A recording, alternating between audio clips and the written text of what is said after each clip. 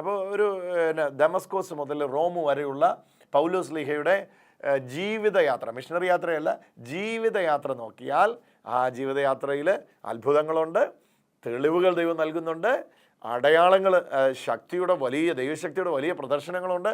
നടന്നു പോകുമ്പോൾ നിഴല് തട്ടുമ്പോൾ രോഗികൾ സൗഖ്യമാകുന്നുണ്ട്.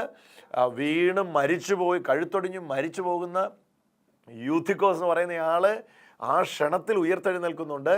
പക്ഷെ അതോടൊപ്പം തന്നെ ഈ അപ്പോസ്തോലന് വലിയ സഹനങ്ങളുമുണ്ട്. ജീവിതത്തെ സഹിക്കാനൊന്നും ബാക്കിയില്ല.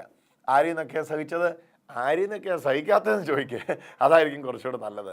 കള്ള സഹോദരന്മാരാലുള്ള ആപത്ത്, കാട്ടിലെ ആപത്ത്, കടലിലെ ആപത്ത്, കരയിലെ ആപത്ത്, എന്തു വേണ്ട, എവിടെ ചെന്നാൽ ഈ തൊട്ട് മേളത്തെ വാക്യങ്ങൾ നമ്മൾ വായിച്ചതാണ്.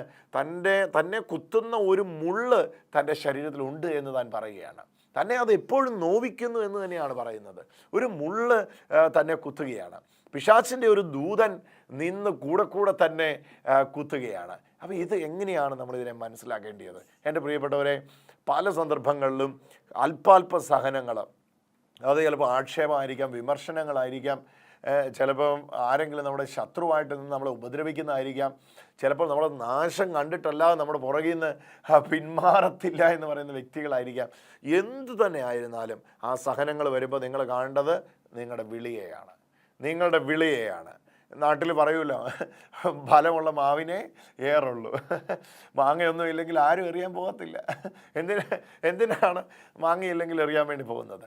അപ്പോൾ ഏറ് വരുമ്പോഴേ ഓർത്തുകൊള്ളുക, നിങ്ങൾക്ക് ഫലമുണ്ട്.